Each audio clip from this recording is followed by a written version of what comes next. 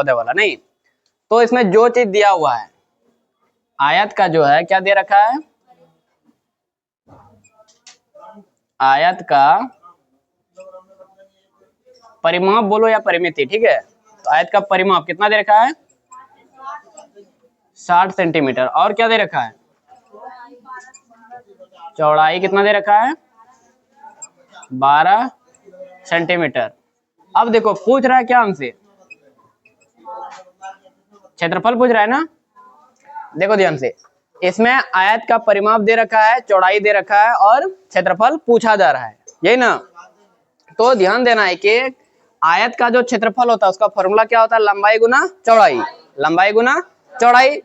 तो लंबाई गुना चौड़ाई होता है, तो इसमें से चौड़ाई दे रखा है लेकिन लंबाई है क्या, नहीं। तो लंबाई को पहले निकालो, सबसे पहले क्या निकालेंगे, लंबाई। वो लंबाई किससे निकलेगा, तो परिमाप दिया रहेगा तो परिमाप से निकलेगा, क्षेत्रफल दिया रहेगा तो क्षेत्रफल से निकलेगा। तो क्या दे रखा है मेरे पास, परिमाप दे रखा है ना, तो परिमाप से क्या निकालेंगे, लंबाई निकालेंगे। तो इसलिए यहाँ लिखो परिमाप बराबर, अब देखो परिमाप यदि दिया है तो यहाँ लिखो 60 सेंटीमीटर दिया है परिमाप। अब यदि परिमाप बराबर दिया हुआ है तो फार्मूला को नीचे लिखो, परिमाप का फार्मूला कहाँ लिखेंगे, नीचे।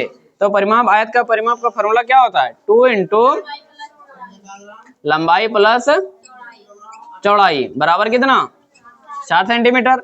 अब देखो 2 इधर हो गया, लंबाई है क्या, नहीं है, चौड़ाई कितना है 12 सेंटीमीटर बराबर कितना हो गया 60।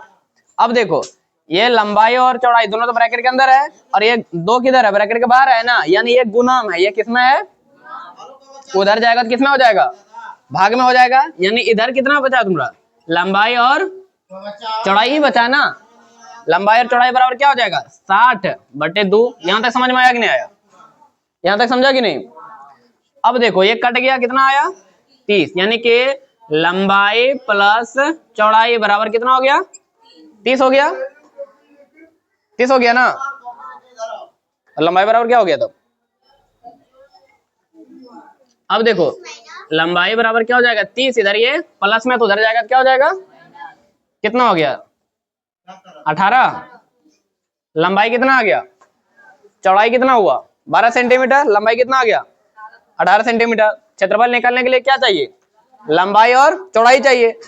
तो इसलिए आयत का क्षेत्रफल बराबर, आयत का क्षेत्रफल बराबर क्या होता है, लंबाई गुना चौड़ाई, लंबाई गुना चौड़ाई। लंबाई कितना है निकला 18 सेंटीमीटर और चौड़ाई कितना है 12 सेंटीमीटर। 18 गुना 12 कितना हो गया 216, और सेंटीमीटर एक को यहाँ सेंटीमीटर, सेंटीमीटर गुना सेंटीमीटर क्या हो जाएगा वर्ग सेंटीमीटर, यानी कि इसका क्षेत्रफल कितना हो गया 216 वर्ग सेंटीमीटर। समझ में आया कि नहीं आया, चलो उधर बढ़ा।